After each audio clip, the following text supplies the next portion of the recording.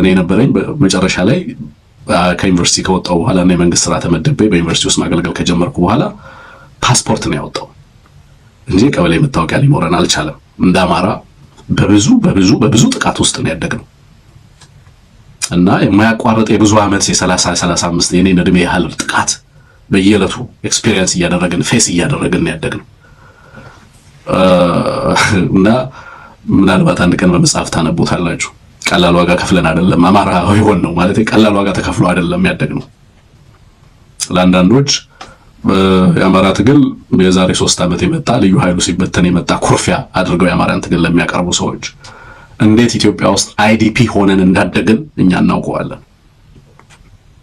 ተፈናቃይ ሆነን ያደግነው ባጭ ኢትዮጵያ የኛ ሀገር አልነበረችም። and ኢትዮጵያ ውስጥ የኖርነው because we were tolerated ተቻችለን ወይንም ችለውን ነው እንጂ ጥበቃ ኖሮን እኩል ሆነን ዜጎች ሆነን አይደለም። ነግደን መወዳደር አንችልም። ተምረን ውጤት ኖሮን በውጤቶቻችን የምንፈልገው ቦታ ላይ መድረስ አንችልም። ተቋማቶቹ እኛን አይመስሉም። የፈለግንበት ቦታ ላይ መሬት ገዝተን ሀብት አፍርተን እንዳማራ መኖር አንችልም። እና ብዙ ሰው እንደ ብልጽግና ሲመጣና አዲስ አበባ ላይ ግፉ አዲስ አበባ ላይ ሲመጣ ነው ብዙ ሰው አዲስ አበባ ላይ ሁኔታው በጣም አስደናቂ ማለት የሚያስጨንቅ ነገር ሆኖ የታየው ህዝቡ አዲስ አበባ ላይ ችግሩ ሲደርስ ነው። እና ለአማራ ህዝብ ትግል እንድንታመን የሚያስገድደን በእውነቱ የኖርነው እውነት ነው። ውጣ ውረዱ መከራው ያለፍንበት መከራ ልጆች እንዳያልፉት እኛ የኖርንበትን የሰቆቃ ዓመት ማንነታችንን እንድንክድ በማንነታችን እንድንሸማቀቅ በሃይማኖታችን እንድንሸማቀቅ ያልማይደረግ ነገር በትምህርት ቤቶች ውስጥ በቋንቋችን እንዳንናገር የማይሰራ ነገር አልነበረም። that was a policy of the Ethiopian state የኢትዮጵያ መንግስት ፖሊሲ ነበር። በማያባራ ጥቃት ውስጥ ነው የኖርነው እና ለቅንጦት ለጥቅም ወይ ለውቅና በዚህ ትግል ውስጥ አልተገኘሁም እኔ።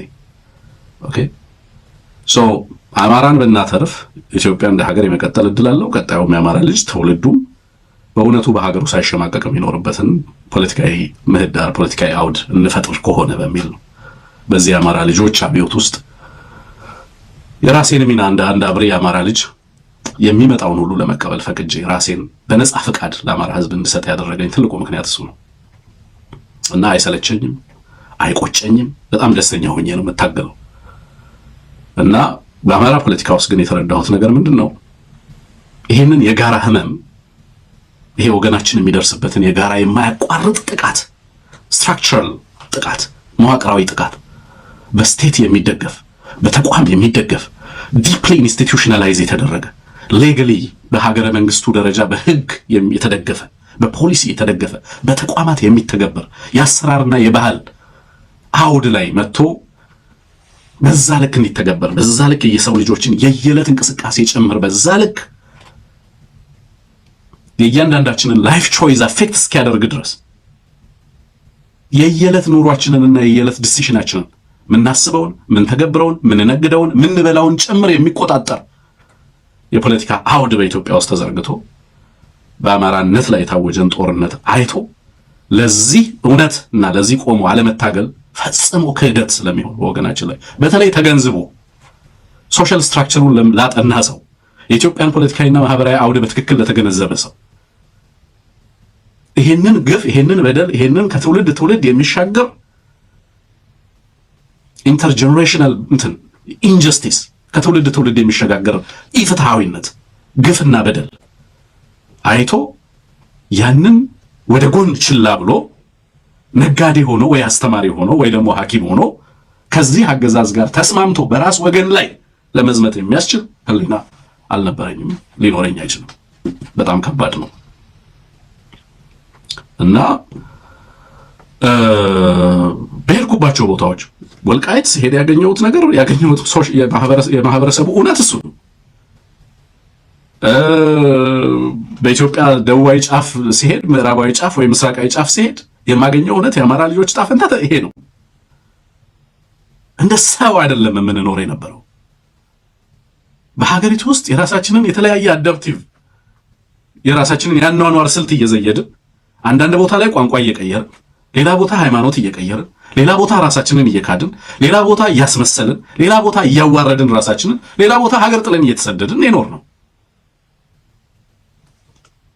እና ይሄንን ህዝብ እናጣፈንታው ከዚህ መዓት፣ ከዚህ ጥፋት፣ ከዚህ መንግስታዊ በደል ከጦርነቱ በፊት የነበሩ በርካታ በአማራው ላይ በግለሰብ ደረጃ በነፍስ ወከፍ ደረጃ የታወጁ ጦርነቶችን መጋፈጥ ይጠይቅ ነበር። እንደ አማራ ሆኖ ማደግ ኢትዮጵያ ውስጥ ቀላል አልነበረም። እኔ ምስክር ነኝ። የአማራ ልጅ ሆኖ ማደግ ቀላል አይደለም። በየቦታው መፈተንን ይጠይቃል። በየተቋማቱ ራስን እንትን ማለትን ይጠይቃል። አንገት መድፋትን ይጠይቃል። መሸማቀቅን ይጠይቃል። ዩኒቨርሲቲ ውስጥ በየሳምንቱ በሚነሳ የብሔር ጠብ የምንታደነው እኛ ነበር። ብንበድልም ባንበድልም፣ ብናውቀውም ባናውቀውም የጠቡን ምክንያት በምንሰራባቸው ተቋማቶች የአማራ ልጆች ተፈትነው ውጤት አምጥተው ሀገራቸው ውስጥ ስራ የማይዙበት፣ አርሶ አደሩ ተንቀሳቅሰው የማይኖርበት ያንን ሲኦል የነበረ ሁኔታ መቀየር የእያንዳንዱ የአማራ የጋራ ዕጣ ፈንታ፣ የጋራ ሪስፖንሲቢሊቲ፣ ኮሌክቲቭ በርደን ነው የነበረው። በዛ ላይ ይዛትበታል። ትርክቱ የማያቋርጥ ነው። ጦርነት ታውጆበት እንደገና ጌታቸው እዛ ሆነ ይዝት ነበር። ከአማራ ጋር ሂሳብ እናወራዳለን ይላል። ያወጀበት ጦርነቱን የሚመራው የጦርነቱ ባለቤት የስርዓቱ አገልጋይ፣ የስርዓቱ አማካሪ፣ የስርዓቱ ጀነራሎች፣ የስርዓቱ የፋይናንስ ባለሙያዎች፣ የስርዓቱ የተቋም ባለቤቶች እነማን እንደሆኑ ይታወቅበታል። በዛ ወድ ውስጥ ሆኖ ግን የሚዝተው አማራ ላይ ነበር እና ያንን መቀበል አንዳንዴ ከባድ ስለሚሆን በእውነቱ አይ ይሄ ነገር በጣም እንግዲህ ከዚህ በታች መዋረድ የለም። ከዚህ በታች በዲናያል ልንኖር አንችልም። ራሳችንን እየካድን መኖር አንችልም። በዚህ ሁሉ ጥቃት ውስጥ እንዴት ነው፣ በዚህ ሁሉ ጥፋት ውስጥ እንዴት ነው ተላምደን መኖር የምንችለው የሚለው ነገር አይ ቲንክ ሁላችንም ወደ አደባባይ መተን ለወገናችን ድምፅ እንድንሆን ብቻ አይደለም፣ አማራውን አታግለን አሸናፊ እንዲሆን ማድረግም ጭምር ነው። ዝም ብሎ ድምፅ መሆን ብቻም አይደለም። በዚህ ሂደት ውስጥ ይሄንን ጥቃት የማያቋርጥ ጥቃት ስርዓት ቢቀየር ባይቀየር፣ ግለሰቡ ቢቀየር፣ ሀገሪቱን የሚመራው ግለሰብ ቢቀየር ባይቀየር፣ መከላከያው ኤታማዦር ሹሙ ቢቀየር ባይቀየር፣ የአማራ ላይና የአማራ ልጆች ዕጣ ፈንታ ተመሳሳይ ሆኖ ሀገሪቱ ውስጥ የቀጠለበትን ሁኔታ የመቀየር ለአንዴና ለመጨረሻ ጊዜ የመጋፈጥ አደጋ ነበር አማራው ላይ ተደቅኖ የነበረው። ሌሎች አይ አሁኑን ይሄን እየደረሰብን ያለውን ግፍና በደል አስታመን ከሱ ጋር ተላምደን ዝምድናን ፈጥረን እያባበል ይሄ ስርዓት በወገናችን ላይ የሚደርሰውን ጥቃት በከፋ ደረጃ እንዳይፈጽም እየተለማመጠን እንቀጥላለን፣ እናባብላቸዋለን።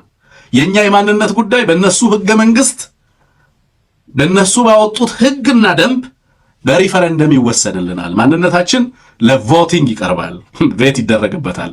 አማራ ናችሁ አይደላችሁም የሚለውን በህዝበ ውሳኔ እናረጋግጥላችኋለን የሚለውን ሳይኮሎጂካል ኢንሰልት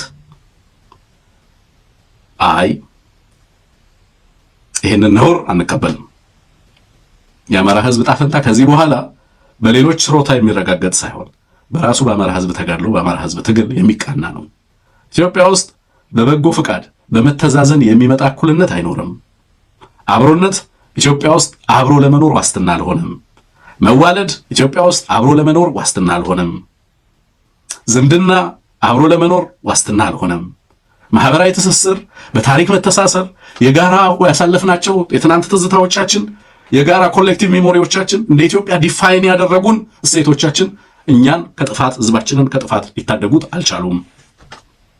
ሌሎች አዝነውና ራርተው ወይንም ደግሞ ፍትህና ርትህ አሸንፏቸው their concept of justice ለፍትህ ያላቸው ዕውቀት ለርትህ ያላቸው ዕውቀት አሸንፏቸው ለአማራዎች ራርተው በኢትዮጵያ ውስጥ አማራነት ልክ እንደሌላው እኩልነት የሚገባው ማንነት ሆኖ በህግ ጥበቃ እንዲያገኝ የሚያደርጉ ኃይሎች አልነበሩም።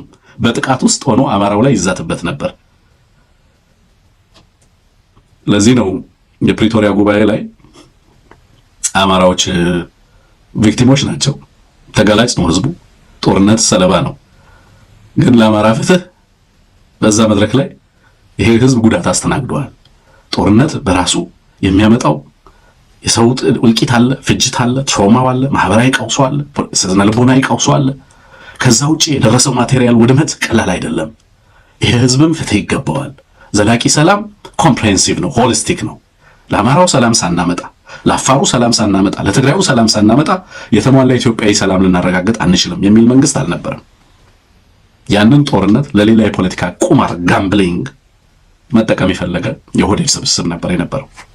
ስለዚህ በአማራውና በትግራይ ህዝብ መካከል የነበረውን ቢያንስ በትርክት ደረጃ ይነዛ የነበረውን መርዝ ለማድረቅ የሚያስችለውን እድል ኦህዴድ ለራሱ የፖለቲካዊ ቁማር መጠቀም ያደረገው እዛ ላይ ሆኖ ቀጣይ የሚወጋውን አማራን ያስብ ነበር።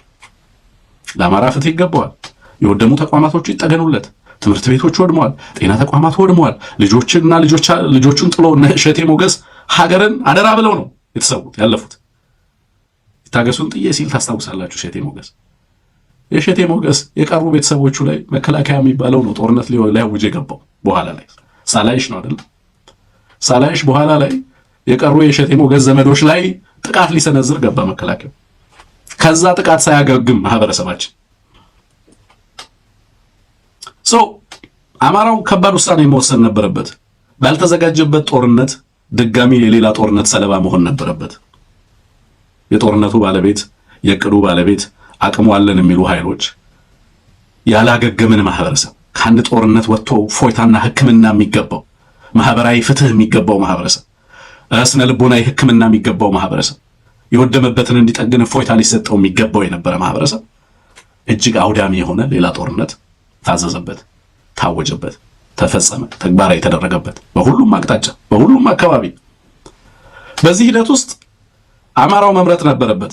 ከብልጽግና ጋር ራሳችንን አዛምደን አላይን አድርገን እንቀጥላለን ያሉ አሉ። የኛ ጥያቄ ተናጥላዊ ነው። የኛ ጥያቄ መላ አማራ በኢትዮጵያ ውስጥ የሚያጋጥመው አደጋ መከራፈት በደል አይደለም።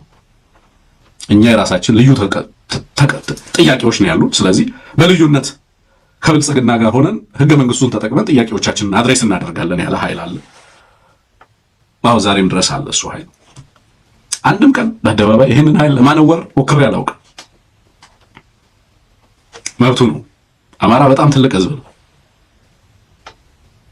ብንችልና ቢሆንልን ቢሳካልን ኖሮ እንደ አማራ ቆመን ዕጣ ፈንታችንን በጋራ ብናጸና በጋራ በኢትዮጵያ ፖለቲካ አውድ ውስጥ እንደ አማራ ዕጣ ፈንታችንን በጋራ በራሳችን ፍቃድ ከሌሎች ኢትዮጵያውያን ጋር ሆነን የምንወስንበት እድል ቢኖር የጋራ አማራዊ አንድነታችን ቢሰራ ቤታችን ቢጸና መልካም ነበር።